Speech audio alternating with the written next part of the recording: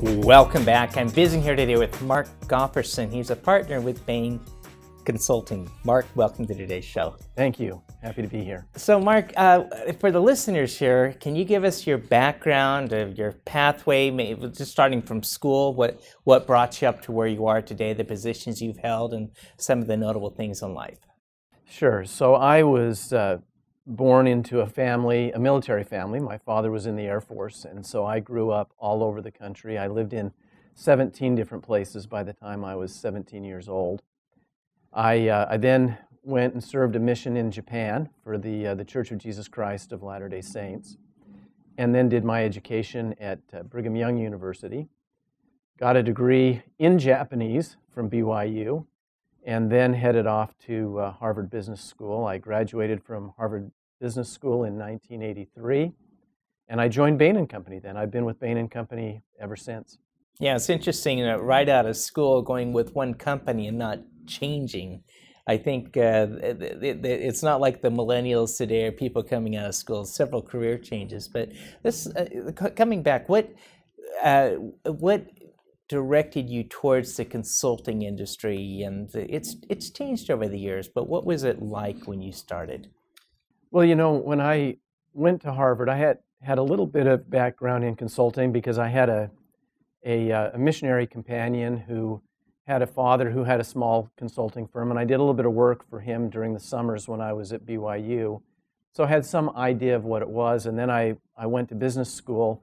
And the thing that I realized very quickly is that you could have a big impact, and that has been kind of a theme in my life, is making a difference, having an impact.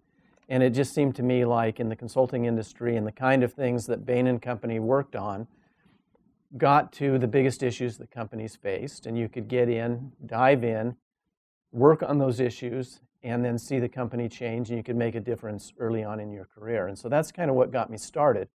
What kept me going was really the people that I worked with, the variability in the work, constantly new, interesting challenges to focus on. And as I had many opportunities over the years to go and do different things, and as I evaluated them, I found that I loved what I was doing, and so I stuck with it. You know, so you haven't, in your tenure with Bain Consulting, you took a little bit of time off. I did. And what did you do during that time, and how did that affect the career? So just to give you a little bit of background on how I had progressed, I worked at Bain & Company. I actually started in our San Francisco office. I was there for about a year, moved to Boston and worked there for about 6 years, and then I opened the Dallas office of Bain & Company and led the office and the growth there. And I did that for about a decade. And in 2000, I had the opportunity to go and serve the church. The church came to me and said, "Would you be willing to do this?" And I said, "Yes, I would." And so I had the opportunity to serve as a mission president in the Japan Fukuoka mission. For those 3 years, it was 2000 to 2003, I had the opportunity to preside over about 160 missionaries in the southern part of Japan, and just had a wonderful experience in helping to share the gospel and to serve other people, give a little bit back.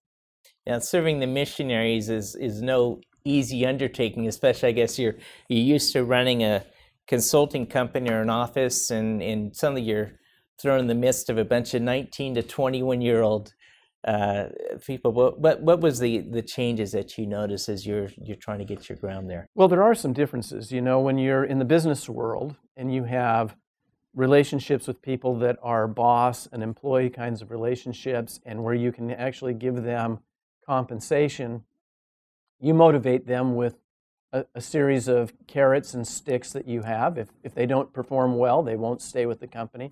If they perform well, they can grow and be promoted and receive compensation, and so on and so forth. When you're working with a group of volunteers, what you're really doing is you're dealing with intrinsic motivations. And their intrinsic motivation is they want to make a difference in people's lives. You're not working with the top of the top. At Bain & Company, we recruit from the top 10% of the top schools.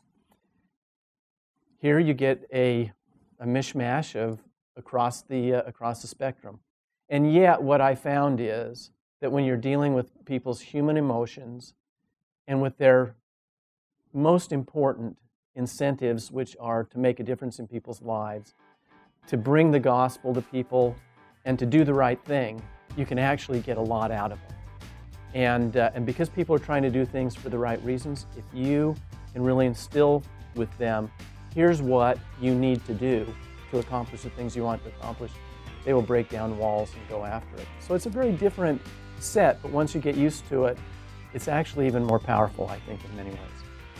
I'm visiting here today with Mark Gottfredson. He's a partner with Bain & Company. Mark, I need to take a quick break, and we'll be right back after these messages. I love fishing, with my family. I think it would be easier to use a net. It was so much fun. The times when we are together, it makes it all the more worth it. Having Dad teach them how to cast a fly rod, and as long as we're doing stuff together, we're having fun. Some people see a father and a son fishing together, while others see a succession plan.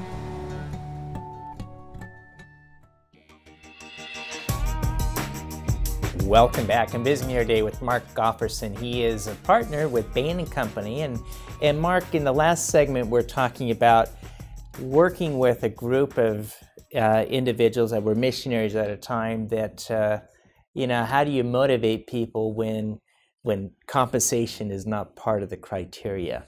I want to jump back into Bain & Company. And what drove you to get where you are in your career today? You mentioned that you jumped into opening up a new office and expanding, but... Sure. So I've had many opportunities, and my career has been tremendous. One of the things that's always been important to me, as I mentioned to you in the previous segment, is this idea of being able to make a difference in whatever you do. And so when I work with companies and I work with chief executives, it's always about what can we do to accomplish something that is, in fact, truly great. How can we turn around a company and make it go from perhaps not great performance to great performance? How can we take good performing companies and really get them to become great? This idea of we need to do something that's constructive. If we do something that's constructive, it helps the society. It creates jobs. It creates opportunities for people. If companies are growing, then they have people that are excited, happy, their lives go better. So this idea of making a difference has driven me throughout. Even when I was a mission president, the idea of making a difference in people's lives, seeing them be able to become more happy, more grounded. One of the things that has been critical in all of that, I think, is having the right foundation. And this has been a theme that I brought as the head of the office in Dallas. It's a theme that I've tried to bring to the company as I've served on the company's board of directors and as I have headed practices and so on within the company. This idea that you have to have the proper foundation in your life to be able to accomplish the other things. I often use the phrase, and I've used it with people I recruit, I've used it in speeches within the company, is that if you put first things first and second things second, you can have both first and second things.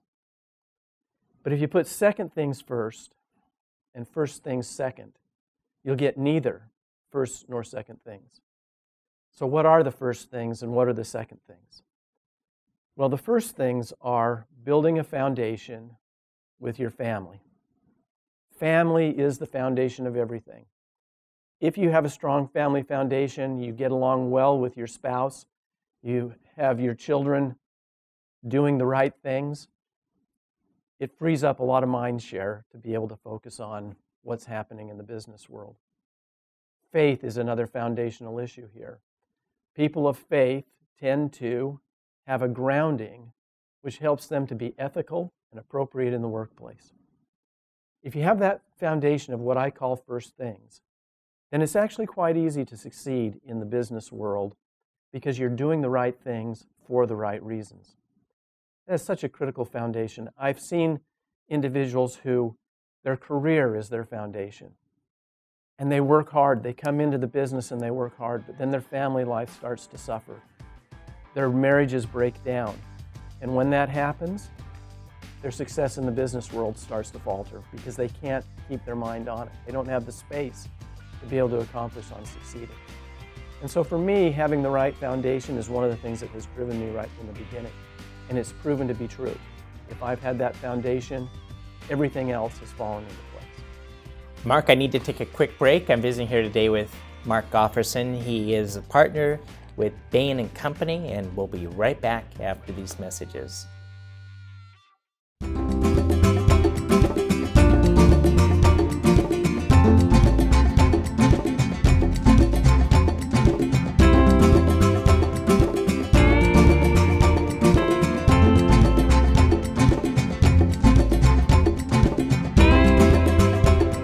Since you can't take your wealth with you, spend time with your family.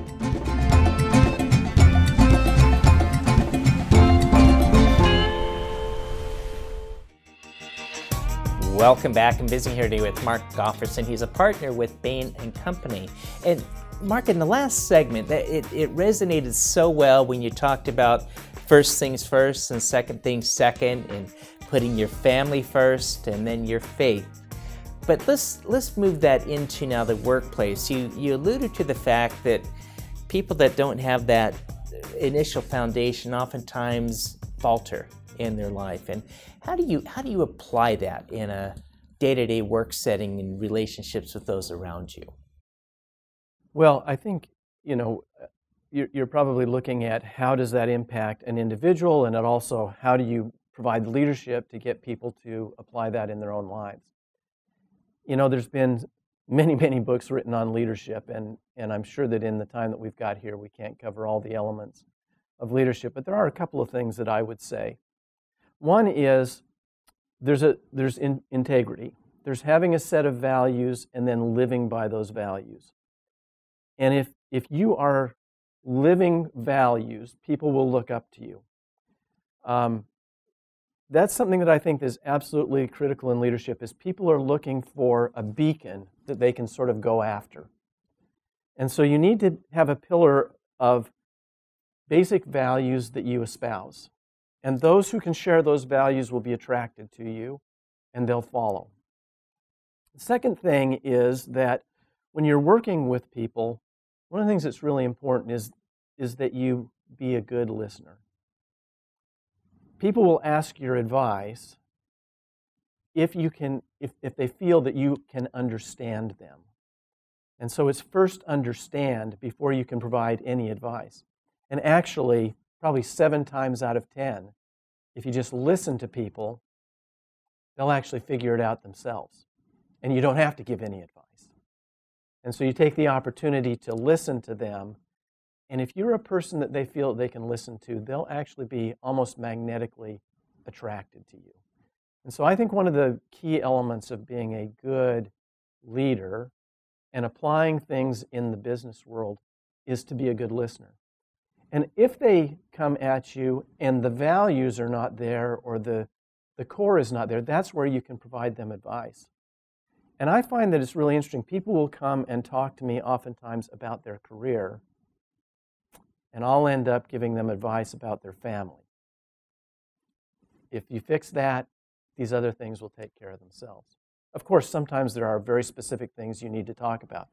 You shouldn't be saying stupid things in a meeting, or those kinds of comments that you'll make to people. But people are attracted to this, and if they feel like you're developing them, they'll go to the end of the earth to help you jointly accomplish great things.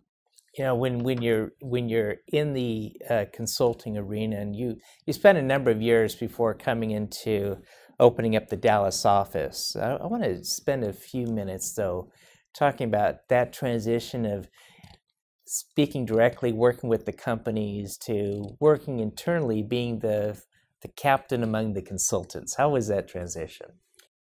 Well, it was a learning experience, obviously. I think one of the things you do as you go throughout your life is you have different roles, and as you have the different roles, you need to learn about them. When we first opened the Dallas office, I had a group of people here, and suddenly I had the experience of, it was actually a difficult period in Bain's history, a time when we had some financial troubles back in the 1990-91 time frame. and I had opened an office, and I was suddenly in a position where I realized that I was largely responsible for whether these people had a job or not. That my going out and being able to generate some business was, first of all, absolutely critical as to whether these people would be able to feed their families or not. And that was a new sense of responsibility for me that was overwhelming in many ways. You know, I would lie awake at night wondering if I'd be able to accomplish what needed to be done. And to be honest with you, I hadn't been well trained in things like selling business, so I went out and bought sales tapes and listened to them in the car as I was traveling. And it built a habit for me of, when I have time, when I'm in a car or something like that and can't otherwise be engaged, to constantly be trying to learn about new things as I'm going through that. And that sense that I need to learn at every step along the way. You know, at other times, you know, I served on the board of directors of Bain & Company, and with that I've had to think about the good of the entire company. When you're dealing with things like promotions and compensation and things like that, there's a lot of administrative aspects to that, but at their core, they're actually intensely personal things for the individuals that you're working with. And being able to recognize and think about how that impacts them personally is a critical element, again, of having sort of the integrity in the process. You know, the Warren Buffett once said that the things that drive markets are fear and greed. And, you know, you touched on something, that the level of uncertainty stepping into a new role. Now, I want to bring this fast forward. We live in a world today of ever-changing values and technologies. And when you look into the future, what are some of the drivers that really keep you going, pushing the new frontiers and the boundaries? Well, you know, I think, again, I've talked about the fact that I want to make a difference in people's lives, and that drives me. Since I've been back, in addition to the work that I do at Bain & Company, I've been very involved with a number of nonprofits. I'm very involved with the Boy Scouts, for example. I'm very involved. I continue to have positions of responsibility in the church. And so I have a lot of outside interests in addition to inside interests. And if you look at the things and the places that I spend my time, it's all about trying to build constructive values and ethics amongst people. I think that, for example, the Boy Scouts of America is really the best organization at building ethical values in young men. And therefore I spend a lot of my time on that. As I said, I have leadership roles in the church, and so I'm speaking to people on a regular basis about building faith and becoming happy in this mortal life. And so that motivation, I think this will be with me throughout my life, which is it's about helping people accomplish their full potential in their lives. It's true with my clients. It's true with the employees at Bain & Company. It's true with the people that I work with at church and that I work with in other extracurricular activities as well. That's really the theme. If you looked at, fast forward and then say, looking back in the future, what do you want to be known for? If a person says, you know, Mark was this type of individual. Well, first of all, I'd like my kids to say he was a good father, and that they looked up to me. I think that that's my most important responsibility at the end of the day, and if I failed with my children, that would be the biggest failure of all. The second thing that I think I would like people to say about me and to be known for is that this is somebody who helped to develop others. He was successful in his own right, but he was somebody who gave credit to others, and he developed others, and they were able to be successful as a result. And I mean successful not just in a business sense, but successful at life. And if I've accomplished that, that will have been a tremendous legacy, I think. When you look at the world today, what do you say some of the biggest challenges are among society? And maybe rather than do the broad stroke of the world, let's just look in this country. You know, I think in this country, one of the real challenges that we have is around the values that we hold. I see lots of people wanting to be good and wanting to do good things. They want to save the planet. They want people to be healthy. There's lots of good things out there, and I think that that's absolutely tremendous. But I think that many of the core fundamental principles, remember I said that first things are families.